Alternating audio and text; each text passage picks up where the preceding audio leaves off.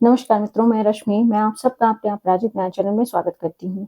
आज हम constitutional law के कुछ ऐसे पार्ट्स पे चर्चा करेंगे, जो बहुत ज़्यादा कंट्रोवर्शियल, जिस पे बहुत ज़्यादा डिबेट हुआ है। ये इतने ज़्यादा इम्पोर्टेंट टॉपिक हैं, इतने ज़्यादा इम्पोर्टेंट आर्टिकल्स हैं, जो आप किसी भी कॉम्पिटिटिव एग्जाम्स में बैठते हैं, तो उसके प्री, मेंस और इंटरव्यू में किसी ना किसी तरीके से इस आर्टिकल को पूछा जाएगा। तो वीडियो को आप पूरा देखते रहिएगा। मैं कुछ ऐसे केस लॉ जो रीडिंग भी हैं और रिसेंट भी हैं, उस पे भी डिस्कशन करूँगी। साथ में इस आर्टिकल के जो मेजर पॉइंट्स हैं, वैसे तो इस आर्टिकल पे आप पूरे दिन की चर्चा करें तो भी कम है, लेकिन मैं इसके कुछ जो की पॉइंट्स हैं, उस पे केवल चर्चा करूँगी और आपका ध्यान आकर्षित करूँगी कि ये आर्टिकल आपके कितने काम का है। तो चलिए हम देखते हैं। सबसे पहला हम आर्टिकल लेते हैं, आर्टिकल 1। आर्टिकल 1 ये कहता है, India that is Bharat shall be a union of state. इसको दो पार्ट में बांट दीजिए। India that is Bharat, India Bharat, India को भारत कहा जाएगा, जो राज्यों का एक संघ होगा। राज्यों का संघ 28 राज्य और 9 केंद्र शासित प्रदेश हैं इस समय हमारे पास। जब से जम्मू एंड कश्मीर और लद्दाख को केंद्र शासित प्रदेश बना दिया गया, तब से 9 केंद्र शासित प्रदेश आ गए। अब विवाद इस पॉइंट पे कुछ भी नहीं है। विवाद क्या है? विवाद है India that is Bharat, India को भारत कहा जाए या इंडिया कहा जाए। ये विवाद की शुरुआत होती है जब राष्ट्रपति द्रौपदी मुर्मू के द्वारा एक इनविटेशन कार्ड जाता है, जो G20 समिट में जितने भी गेस्ट आए हैं उनको डिनर पे इनवाइट करने के लिए। जब उनको इनवाइट करने के लिए इनविटेशन कार्ड भेजा जाता है, तो उस पे लिखा जाता है द प्रेसिडेंट ऑफ भारत, जबकि सामान्य नियम था, ये सामान्य चला आ रहा था कि द प्रेसिडेंट ऑफ इंडिया, लेकिन लिख दिया गया द प्रेसिडेंट ऑफ भारत। तो विरोधी दल के जो लोग हैं, वो ये कहने विरोध कर रहे हैं इस बात का कि बीजेपी के लोग जो हैं वो चाहते हैं कि इंडिया का नाम हटा के भारत कर दिया जाए। अब इंडिया का नाम भारत कर दिया जाए या इंडिया रहने दिया जाए, मैं कुछ उदाहरण दूंगी, जिसे आप खुद तय करिए। पहला है कि जब आप सनातनी हिंदू धर्म को मानने वाले व्यक्ति हैं और आपके घर में कोई पूजा, कोई अनुष्ठान होता है, तो आपने एक मंत्र सुना होगा, जो पंडित जी आवाहन करने के लिए जब अनुष्ठान करते हैं, तो किस देश के अंतर्गत, किस स्थान के अंतर्गत आप उस पूजा को, उस अनुष्ठान को संपन्न करते हैं, ये बताने के लिए एक मंत्र पढ़ा जाता है। इसको कहा जाता है जम्बू द्वीपे भरत खंडे आर्यावर्त देशांतर्गत। जम्बू द्वीप का लिटरल मीनिंग होता है, जम्बू मतलब जामुन का पेड़, और जम्बू द्वीप जो 7 द्वीप थे, 7 महाद्वीपों में एक द्वीप का नाम है जम्बू द्वीप। अशोक ने अपने शिलालेखों में इसका वर्णन किया है कि भारत को जम्बूद्वीप कहा जाता था। भारत खंडे, जब भारत खंडे का हम बात करते हैं, तो भारत की जो अखंड भारत की संकल्पना है, वो 9 देशों से मिलकर बनती है। उसमें पाकिस्तान, अफगानिस्तान, बांग्लादेश, नेपाल, श्रीलंका, भूटान, म्यांमार, मालदीव और तिब्बत, ये 9 देश मिलके जो है अखंड भारत का निर्माण करते हैं। आर्यावर्त जब हम कहते हैं, तो आर्यावर्त का मतलब है कि आर्यों ने भारत को बसाया, इसलिए इसको आर्यावर्त कहते हैं। उसके बाद हम आते हैं कि इंडिया को, भारत को इंडिया किसने कहा? ये शब्द कहाँ से आया? तो ये सिंधु नदी घाटी की सभ्यता से आया। सिंधु नदी को संस्कृत में सिंधु और इंग्लिश में इंडस कहा जाता है। तो अंग्रेज जब भारत आए, तो इन्होंने इंडस की बजाय इंडिया कहना शुरू कर दिया। यूनानी आए, उन्होंने भी इंडिया को इंडिका और इंडिया कहना शुरू कर दिया। तो ये जो इंडिया शब्द है, ये अंग्रेजों और यूनानियों की देन है, ना कि हमारी पहले से जो चली आ रही थी परंपरा, उसकी देन है। और भारत नाम भरत के नाम पे पड़ा, जो शकुंतला और दुष्यंत के पुत्र थे, ये आप सब जानते होंगे। तो इंडिया का नाम भारत या हिंदुस्तान रखा जाए या इंडिया रखा जाए, ये आप तय करिए और हमें बताइए। दूसरा है आर्टिकल 5 to 11, ये सिटीजनशिप की बात करता है। अब इस पे क्या कंट्रोवर्सी है? इस पूरे आर्टिकल पे कोई कंट्रोवर्सी नहीं है, लेकिन फिर भी इस आर्टिकल को हम इसलिए देखते हैं क्योंकि ये बात करता है कि एक व्यक्ति कैसे सिटीजन होगा। उसकी नागरिकता है, आप जन्म से नागरिक हैं, आपके माता पिता की वजह से आप नागरिक हैं, या आप बाहर से आके बस गए तब आप नागरिक हैं, या आप पाकिस्तान से आके रह रहे हैं और तब आपको नागरिकता दी गई है। ये सारी बातें इस 5 से 11 में लिखी गई हैं। इसका आर्टिकल 11 बहुत इंपॉर्टेंट है। आर्टिकल 11 ये कहता है कि जब भी पार्लियामेंट जितने भी सिटीजनशिप से संबंधित जो भी अधिकार होंगे, चाहे किसी व्यक्ति की नागरिकता को देना हो, किसी की नागरिकता को ले लेना हो, कोई व्यक्ति नागरिक है या नहीं है ये बताना, और नागरिकता से संबंधित जितने भी कानून हैं, उन सब पे विधि बनाने का कार्य पार्लियामेंट करेगी और पार्लियामेंट ने अपने इसी अधिकार का प्रयोग करते हुए सिटीजनशिप एक्ट बनाया 1955 में। नागरिकता अधिनियम 1955 बना।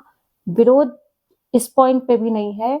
नागरिकता अधिनियम 1955 से आपको पता चलेगा, आपको बताया जाता है कि कैसे एक व्यक्ति नागरिक बनता है, क्या प्रोसीजर फॉलो करना पड़ता है।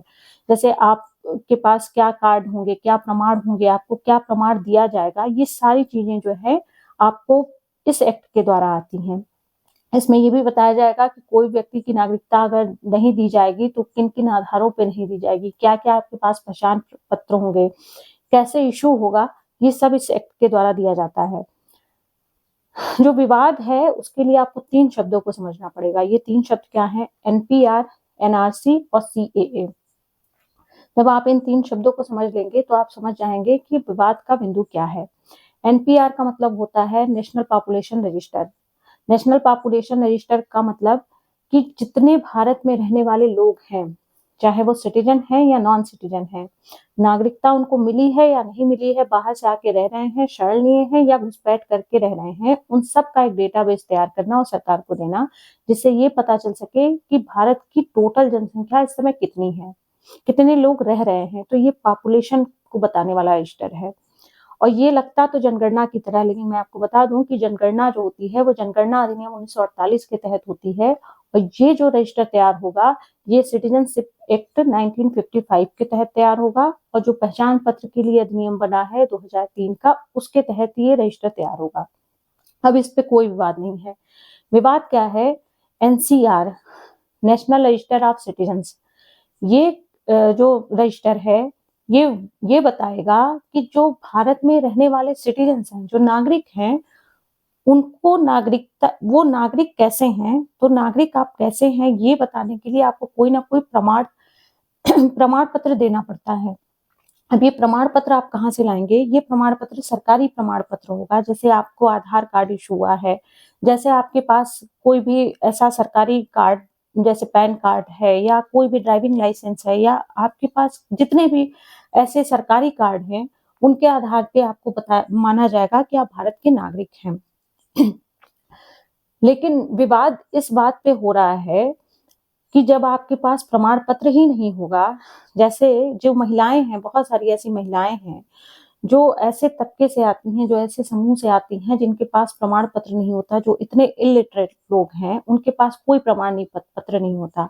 और ये भी कहा जा रहा है कि अगर आप प्रमाण पत्र बनवाने जाएंगे तो आप पैसे देके फर्जी प्रमाण पत्र बनवा सकते हैं। तो इससे उन लोगों का नुकसान है जो वास्तव में शरण लेने आए हैं, और उन लोगों का फायदा है जो घुसपैठ करके रह रहे हैं, वो कैसे भी फर्जी प्रमाण पत्र बनवा लेंगे। तो इस आधार पे इस रजिस्टर का विरोध हो रहा है। तो आपने ये समझा कि एनपीआर का मतलब है कि जो पूरे पॉपुलेशन को बताएगा, एनआरसी का मतलब है जो केवल नागरिकों को बताएगा कि कितने नागरिक हैं, जिससे सरकार की सुविधाएं जो हैं उन तक पहुंच सके। तो सरकार की ये मंशा है। सबसे ज्यादा विरोध किस बात पे हो रहा है? विरोध का जो सबसे मेजर पॉइंट है वो है सीएए। सीएए है सिटीजनशिप अमेंडमेंट एक्ट। ये एक्ट 2019 में पारित हुआ। ये जब बिल आया तो इसका विरोध इस आधार पे होने लगा क्योंकि इसमें कहा गया कि जो पाकिस्तान, अफगानिस्तान और बांग्लादेश से जो शरणार्थी आए, जो लोग आ गए, जिनको सताया गया इन देशों में, वो जब यहाँ रह रहे हैं तो उनको नागरिकता दे दी जाए। अब विरोध किस बात पे हो रहा है कि ये जो गैर मुस्लिम समुदाय के लोग हैं, इन 3 देशों के जो गैर मुस्लिम समुदाय के लोग हैं, केवल उनको नागरिकता दी जाएगी। अभी गैर मुस्लिम कौन कौन है? इसमें हिंदू हैं, पारसी हैं, सिख हैं, ईसाई हैं, बौद्ध हैं, जैन हैं। बाकी इसमें कोई भी मुस्लिम समुदाय का व्यक्ति नहीं आएगा। तो इस आधार पे इसका विरोध हो रहा है कि गैर मुस्लिम समुदाय के लोगों को क्यों केवल मान्यता दी जा रही है, उनको नागरिकता दी जा रही है, क्यों नहीं इसमें मुस्लिम समुदाय और जो बाकी देशों के मुस्लिम लोग हैं, जो बाकी देशों में बहुत सारे ऐसे लोग हैं, ऐसी जातियां, ऐसी जनजातियां हैं जिनका शोषण हो रहा है बाकी देशों में, तो क्यों नहीं उनको नागरिकता दी जा रही है? क्यों केवल गैर मुस्लिम लोगों को ही नागरिकता दी जा रही है? दूसरा विरोध इस बात पे भी हो रहा है कि जो सीएए है ये उन लोगों के लिए बहुत मुश्किल हो जाएगा जो आसाम में जो बांग्लादेश से शरणार्थी आए हुए हैं। आसाम में बहुत भारी संख्या में बांग्लादेश शरणार्थी आए, तो आसाम के लोग इस बात का विरोध कर रहे हैं कि उनका सामान्य जनजीवन प्रभावित हो जाएगा। उनके जो संस्कृति है, उनकी जो सभ्यता है, उस पे प्रभाव पड़ जाएगा अगर भारी संख्या में लोगों को नागरिकता दे दी गई। तो विवाद के 2 मेजर पॉइंट्स हैं, वैसे तो बहुत सारे विवाद के पॉइंट्स हैं। ये आपको 2 पॉइंट्स को अगर आप समझ गए, तो आप ये जान पाएँगे कि विवाद का मुख्य बिंदु है क्या? वास्तव में इस नागरिकता अधिनियम में विरोध हो क्यों रहा है? अब आपने इतना समझ लिया। तीसरा जो हमारा आर्टिकल है, वो है आर्टिकल 14 और आर्टिकल 14 मुझे ऐसा लगता है कि इस कॉन्स्टिट्यूशन का सबसे ज़्यादा डिस्प्यूटेड आर्टिकल है। क्यों? क्योंकि ये आर्टिकल बहुत सारे आर्टिकल्स जब मैं जोड़ के बताऊँगी तो आप खुद तय करिएगा। आर्टिकल 14 ये कहता है इक्वालिटी, इक्वालिटी की बात करता है, राइट टू इक्वालिटी। अब राइट टू इक्वालिटी क्या है? इक्वालिटी बिफोर लॉ और इक्वल प्रोटेक्शन ऑफ लॉ। विधि के समक्ष समता और विधियों का समान संरक्षण। ये किसको दिया जाएगा? ये हर व्यक्ति को दिया जाएगा। जब भी कॉन्स्टिट्यूशन में एनी पर्सन लिखा हो तो आपको समझना चाहिए कि जो सिटीजन है उनको भी और जो नॉन सिटीजन है उनको भी। तो जितने भी लोग रह रहे हैं भारत में, आ गए हैं, उन सबको विधि के समक्ष समता और विधियों का समान संरक्षण दिया जाएगा। जैसे कोई भी लॉ बना है तो किसी भी व्यक्ति को उसके जीवन को सुरक्षित रखा जाएगा, किसी भी व्यक्ति के साथ कोई ऐसा अत्याचार, कोई अन्याय नहीं किया जाएगा जो मानवता के विरुद्ध है। तो ये सारा आर्टिकल 14 कवर करता है कि हर व्यक्ति को समान माना जाएगा। अब समान कैसे माना जाएगा? इसके लिए मैं दूसरा आर्टिकल बता रही हूँ। आर्टिकल 15 है। आर्टिकल 15 ये कहता है कि धर्म, मूल वंश, जाति, लिंग या जन्म स्थान के आधार पे, religion, caste, sex, birth place, ये सब के आधार पे किसी व्यक्ति से कोई भी डिस्क्रिमिनेशन नहीं होगा। ये क्या बता रहा है आर्टिकल 15? केवल नागरिकों के लिए। ये आर्टिकल 15 केवल नागरिकों के लिए है, जिसमें महिलाओं और बच्चों के लिए स्पेशल प्रोविजन की व्यवस्था की गई है। अब आप ये बताइए कि जिस देश में महिलाओं के लिए, महिलाओं की सुरक्षा के लिए हर साल कुछ नए कानून बनते हों, जो पुराने कानून हैं उनको अमेंड करके और कठोर बनाया जाता हो, तो इस समानता का क्या मतलब है? इस आर्टिकल 14 का क्या मतलब है? जहाँ बच्चों का शोषण होता हो, जहाँ बच्चों के साथ रेप होता हो, हर रोज होता हो, वहाँ इस आर्टिकल 14 का क्या मतलब है? और ये जन्म से लेके और एक स्त्री के मृत्यु तक ये सारी चीजें चलती रहती हैं। तो आप तय करिए कि आर्टिकल 14 कितना ज्यादा कारगर है और इसका क्या महत्व है। जिसका जीवन ही संकट में है वो कहाँ से समानता के अधिकार की बात करेगा? इसके अलावा आप जाति और धर्म की जब बात करते हैं तो आज भी जितने भी कानून बने हैं, उन सब कानूनों का भय देखिए, किसी भी कानून को बना देने भर से समाज में कोई भी बदलाव नहीं आता। एक डर, एक भय तो हो जाता है लोगों के मन में, लेकिन आप अगर अपनी सोच नहीं बदलते हैं, आप अपने मन की गंदगी को नहीं मिटाते हैं, तब तक जितनी भी चीजें हैं, जितने भी कानून हैं, उसका वो सारी महत्वहीन है। तो आज भी जाति के नाम पे लोगों के साथ डिस्क्रिमिनेशन होता है, धर्म के आधार पे विवाद होते हैं। तो ये सारा जो कानून बना हुआ है, ये कानून आर्टिकल 14 का वायलेशन करता है। ये सारे कानून में जितनी भी बातें लिखी गई हैं, अगर उसका इम्प्लीमेंटेशन नहीं होता है ठीक तरीके से, तो ये आर्टिकल 14 का वायलेशन है। समाज में रोज आए दिन कुछ ना कुछ घटनाएं होती हैं, दुर्घटनाएं होती हैं, लोगों के साथ अत्याचार होता है, महिलाओं के साथ, बच्चों के साथ, जाति के आधार पे, ये सब आर्टिकल 14 का वायलेशन है। अब हम बात कर लेते हैं आर्टिकल 15 की, आर्टिकल 16 की। आर्टिकल 16 बहुत महत्वपूर्ण है क्योंकि इस पे अभी रिसेंट में केस भी आ गया और आर्टिकल 16 इस समय इतना डिबेट में आया है कि आपको इस पे ध्यान देना ही चाहिए और इसको पूरा पढ़ना चाहिए अगर आप रिजर्वेशन को समझना चाहते हैं। आर्टिकल 16 ये कहता है कि लोक नियोजन में अवसर की समानता दी जाएगी, अवसर की समता हर व्यक्ति को दी जाएगी। अब ये क्या है? तो जितने भी पब्लिक सर्विस हैं उसमें हर व्यक्ति समान माना जाएगा। जैसे एक व्यक्ति जो ऊपर आ गया है, उस जो नीचे का व्यक्ति है, जो पिछड़ गया है सामाजिक और शैक्षिक रूप से, सोशली और एजुकेशनली जो बैकवर्ड क्लास हैं, उनको भी बराबर लाया जाए, उनको भी समानता का अधिकार दे दिया जाए। इसलिए ये आर्टिकल इस कॉन्स्टिट्यूशन में लाया गया। ये इसका आर्टिकल 16 का क्लास 4 ये कहता है कि जो बैकवर्ड क्लास के लोग हैं उनको आरक्षण दिया जाएगा, उनको रिजर्वेशन दिया जाएगा, जिससे उन पे समानता आ जाए, हर वर्ग की समानता आ जाए। इसमें अगर आपको रिजर्वेशन को समझना है, वैसे तो ये बहुत लंबा जो पार्ट है ये बहुत लंबा है, बहुत डिबेटिंग पार्ट है, इस पे आप बहुत डिबेट कर सकते हैं, लेकिन मैं कुछ मेजर पॉइंट्स को आपको बता दूं। अगर इसको समझना है तो आप एक मेजर केस समझिए, एक लीडिंग केस है Indira Sahni versus union of India 1993 का केस है। इस केस को 9 जजों की सुप्रीम कोर्ट की 9 जजों की पीठ ने डिसीजन दिया है। इसमें 6-3 से डिसीजन आया था, जिसमें जो की पॉइंट्स है मैं उस पर बता दूं। अगर आपको रिजर्वेशन समझना है तो ये केस आपको जरूर जानना चाहिए, इसको मंडल आयोग के नाम से जाना जाता है। इसमें पहली चीज ये कही गई कि जब भी कोई व्यक्ति सामाजिक और शैक्षिक रूप से पिछड़ा है, ध्यान समझिएगा, सामाजिक और शैक्षिक रूप से पिछड़े हुए लोगों को 50% आरक्षण की सीमा दी जाएगी। आरक्षण की सीमा 50% से ज्यादा नहीं होनी चाहिए।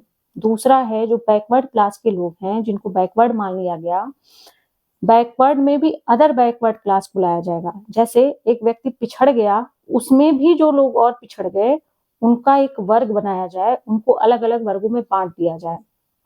तीसरा कि जो क्रीमी लेयर है, क्रीमी लेयर का मतलब कि अगर कोई व्यक्ति जो पिछड़ा हुआ है उसकी नौकरी लग जाती है, जो अच्छे पद पे पहुंच जाते हैं, जैसे एक आईएएस बन जाता है या कोई ऐसा अच्छा पद पा जाता है, तो ये माना जाता है कि उसकी सामाजिक और पारिवारिक स्थिति, उसकी आर्थिक स्थिति इतनी अच्छी हो चुकी है कि वो अपने परिवार को आगे बढ़ा सकता है, उसकी सोच बदल चुकी है, उसकी आर्थिक स्थिति अच्छी हो चुकी है, तो उनको उस रिजर्वेशन से निकाल दिया जाए, तो क्रीमी लेयर को बाहर करके रिजर्वेशन की व्यवस्था की जाए। ये मेजर पॉइंट्स हैं इस केस के। बाकी और भी बहुत सारे केस आए, लेकिन ये केस जो है बहुत ही इंपॉर्टेंट है। अगर आप बैकवर्ड क्लास के रिजर्वेशन को समझना चाहते हैं तो आप इसको डिटेल में पढ़िए। अभी सुप्रीम कोर्ट का एक केस आ गया, जो 20 साल पहले के सुप्रीम कोर्ट के केस थे, जो उसमें SC/ST को रिजर्वेशन की बात कही गई। अच्छा, आर्टिकल 60 क्लॉज 4 जो आया, इसमें SC/ST के लिए बात नहीं की गई, तो 77वां संशोधन करके, अमेंडमेंट करके आर्टिकल 16 क्लॉज 4 जोड़ दिया गया। इसमें SC/ST के रिजर्वेशन की व्यवस्था की गई और ये रिजर्वेशन प्रमोशन में भी होगा। इंदिरा साहनी के केस में जो ओबीसी को रिजर्वेशन दिया जा रहा है, वो प्रमोशन में रिजर्वेशन नहीं दिया जा रहा है, उनको प्रोन्नति में कोई भी रिजर्वेशन नहीं दिया जाएगा। लेकिन SC/ST को 16 क्लॉज 4A में कह दिया गया कि उनको प्रोन्नति में भी, उनको प्रमोशन में भी रिजर्वेशन दिया जाएगा।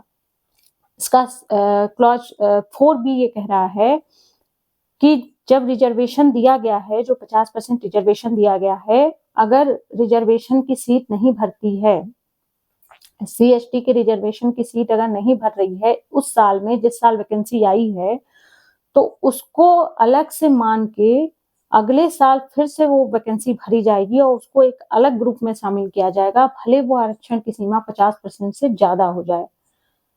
तो ये चीजें आपको समझनी पड़ेंगी।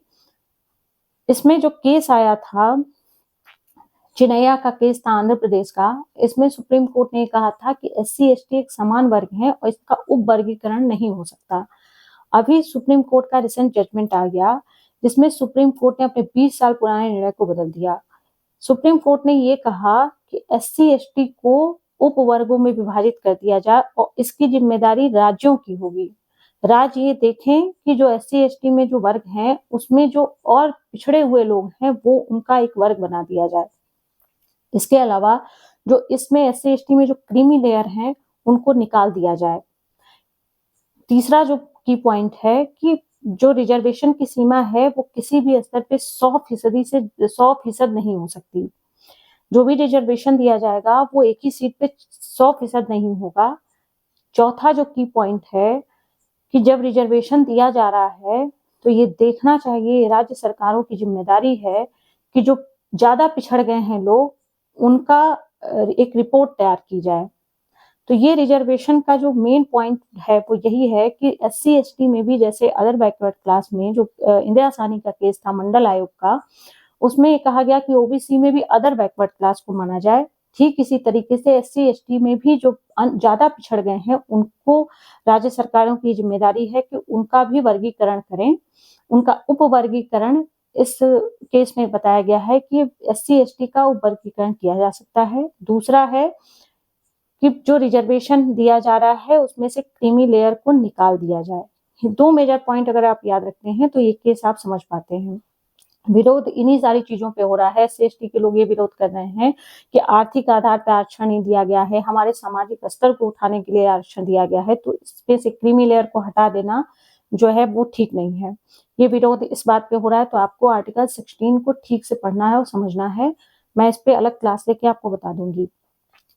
उसके बाद आता है आर्टिकल 17, जो अस्पृश्यता अनटचेबिलिटी की बात करता है कि अस्पृश्यता को, छुआछूत को हटाने के लिए कानून बनाया गया, लेकिन आज भी समाज की ये स्थिति है कि ये सारी चीजें जारी हैं। तो आपको ये आर्टिकल भी ठीक से पढ़ना चाहिए। आर्टिकल 18 तो वैसे विवादास्पद नहीं है, लेकिन मैं इसमें ये बताना चाहती हूँ कि सेना और विद्या केवल आपको एजुकेशन में, और अगर आप सेना में कोई अच्छा कार्य करते हैं तो ही आपको पद या सम्मान दिया जाएगा, बाकी इसके अलावा कोई सम्मान आप नहीं ले सकते हैं। तो इसमें मैं बताना क्या चाहती हूँ कि जो राष्ट्रपिता, जिनको महात्मा गांधी को राष्ट्रपिता की जो पदवी दी गई है, सुप्रीम कोर्ट ने इसको नकार दिया है कि फादर ऑफ नेशन कोई भी व्यक्ति नहीं हो सकता। इंडिया का कोई भी फादर ऑफ नेशन नहीं है, कोई भी राष्ट्रपिता नहीं है, तो इसलिए इस पॉइंट को मैंने बता दिया। उसके बाद हम आ जाते हैं आर्टिकल 25 टू 28। इस पे इतना डिस्प्यूट होता है। आर्टिकल 25 और 28 ये बताता है कि आप, एक व्यक्ति को धार्मिक स्वतंत्रता का अधिकार है। धार्मिक स्वतंत्रता में आप अपने धर्म को मानने के लिए उसका प्रचार प्रसार कर सकते हैं। आप अपने धर्म से संबंधित जितने भी अनुष्ठान हैं वो कर सकते हैं। आप भूमि का अधिग्रहण कर सकते हैं, आप जुलूस निकाल सकते हैं, आप जो भी कार्य क्रियाकलाप कर सकते हैं अपने धर्म के प्रचार प्रसार और बढ़ावा देने के लिए, मानने के लिए, वो सारे काम आप कर सकते हैं। विवाद क्या होता है कि जब आप अपने धर्म को मानने के लिए, धर्म पूजा पाठ करने के लिए कुछ ऐसे कार्य कर देते हैं जिससे पब्लिक ऑर्डर, मोरालिटी और हेल्थ प्रभावित हो जाता है। आपके इस अधिकार से दूसरे की का स्वास्थ्य अगर प्रभावित हो गया, दूसरे की नैतिकता प्रभावित हो गई, दूसरे व्यक्ति का जो पब्लिक ऑर्डर है उसको मेंटेन करने में कोई दिक्कत आ गई, तो आपको वहां रोका जाता है। विवाद यहीं से शुरू हो जाता है। जैसे दीपावली में जब पटाखे छोड़े जाते हैं, बहुत ज्यादा पटाखे छोड़े जाते हैं, तो एक धुंध जैसा छा जाता है।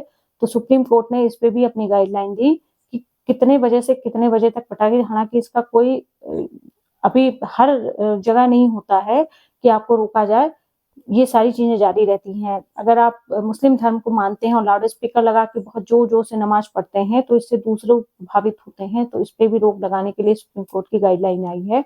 इस पे डिटेल चर्चा बाद में की जाएगी। अभी आप इतना समझिए कि ये जो आर्टिकल है इस पे भी बहुत सारा डिस्प्यूट इसी आधार पे होता है कि मेरे कार्य से कैसे किसी का पब्लिक ऑर्डर या कैसे किसी का हेल्थ प्रभावित होता है। तो सुप्रीम कोर्ट ने समय समय पे बहुत सारे केस बना बना के अपनी गाइडलाइन जारी की है। उसके बाद हम बात कर लेते हैं आर्टिकल 262। आर्टिकल 262 जो 262 है, वैसे तो आप सामान्य रूप से नहीं समझ पाते हैं कि इस पे कोई खुलेआम विवाद नहीं होता। जैसे कई राज्यों से होकर अगर कोई नदी गुजर रही है तो उसमें जल का बंटवारा कैसे किया जाए, इस पे जब विवाद होता है तो मेरा बताने का मतलब ये है कि इसका क्लॉज 2 ये कहता है कि जो पार्लियामेंट है हमारी, वो इस पे लॉ बनाएगी। किसी भी कोर्ट, चाहे वो हाई कोर्ट हो, सुप्रीम कोर्ट हो या कोई भी लोअर कोर्ट हो, उसको कोई अधिकारता इस पॉइंट पे नहीं है। तो इसमें ये समझना है कि जो ये विवाद होता है कि नदियों का जो जल है या जितने भी सोर्स हैं जिनसे जल हर राज्यों को मिलता है, उनके बंटवारे से संबंधी जब भी कोई विवाद होता है तो उस पे कोई भी कोर्ट इस पे कोई डिसीजन नहीं ले सकती, ये पार्लियामेंट लॉ बना के बताएगी। उसके बाद आता है हमारा आर्टिकल 352 से 360। जब इमरजेंसी लागू होती है तो आप सब जानते हैं कि कितना विवाद होता है। तो इमरजेंसी का प्रोविजन भी बहुत इंपॉर्टेंट है, 352 से 360। इसको भी आप डिटेल में पढ़िए और समझिए इसके मेजर पॉइंट्स को। फिर आता है 325 टू 329A, जो इलेक्शन की बात करता है। अब इसमें 329 में क्या है, 329 में ये बताया गया है कि जो चुनाव होते हैं उनके परिसीमन, उनका जो क्षेत्र का बंटवारा होगा, उस जगह का जो बंटवारा होगा, उस पे अगर कोई विवाद होता है तो उस पे कोई कोर्ट सुनवाई नहीं करेगी, बल्कि पार्लियामेंट, संसद को यह अधिकार है इस मामले पे, इस विवाद में तो इस पे भी चुनाव जब भी होते हैं तो बहुत सारे विवाद होते हैं, तो ये भी एक आपको ध्यान रखना है। 324 से 329 ये आर्टिकल भी आपको ठीक से पढ़ना चाहिए। उसके बाद हम आ जाते हैं 370, 370 और 35 है।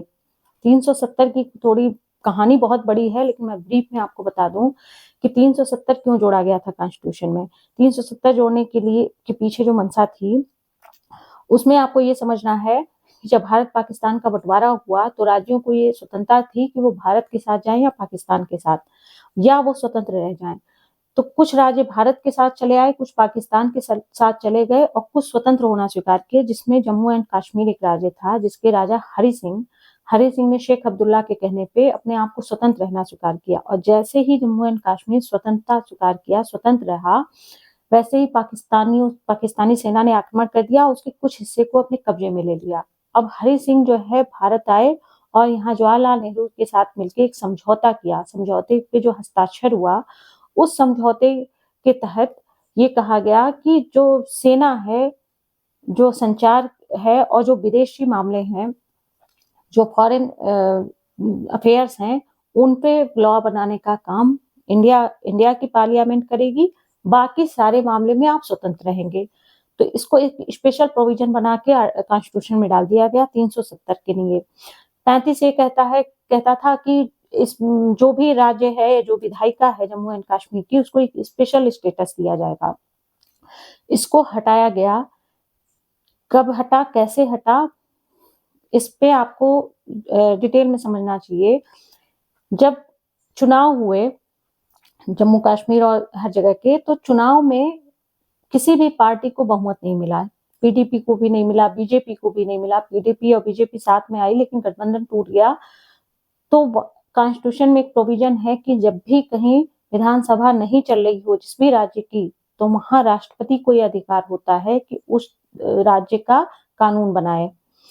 तो ये कानून पार्लियामेंट बनाना उस समय बनाई, और ये 370 और 35 को हटा दिया गया वहां से। 5 अगस्त 2019 को 35 और 370 दोनों हट गए। जब तक 370 रहा, उस समय ना आप कश्मीर में जाके जमीन खरीद सकते थे, और वहां के जो अस्थायी निवासी थे वो अपनी सारी अपने संपत्तियों के लिए, अपने जो भी सरकारी नौकरियां थी, वो सारी चीजें उनके राज्य से गवर्न होती थी। जो उस राज्य जम्मू एंड कश्मीर राज्य की सीमा में परिवर्तन करने के लिए जो भी नियम बनाने थे, उस राज्य के पास थे। हमारी पार्लियामेंट के पास ऐसा कोई भी अधिकार नहीं था। और भी बहुत सारी चीजें थी। अब ये 370 हट गया, और सुप्रीम कोर्ट की 5 जजों की पीठ ने, जिसकी अध्यक्षता जस्टिस चंद्रचूड़ ने की, उन्होंने कहा कि 370 और 35 से हटा दिया जाना बिल्कुल कॉन्स्टिट्यूशनल है, क्योंकि एक स्पेशल प्रोविजन था और इसको हटा दिया गया है। इस पे अब कोई विवाद नहीं है। फिर ये विवाद अभी आ रहा है क्योंकि महबूबा मुफ्ती ये कह रही हैं कि 370 को फिर से वापस लाया जाएगा। तो आप इसको डिटेल में पढ़िए और समझिए। आज के लिए मैंने आपको बहुत सारे क्वेश्चन तैयार करा दिए, प्री मेंस और इंटरव्यू सबके लिए। बाकी अगले वीडियो में आप देखते रहिए। नमस्कार।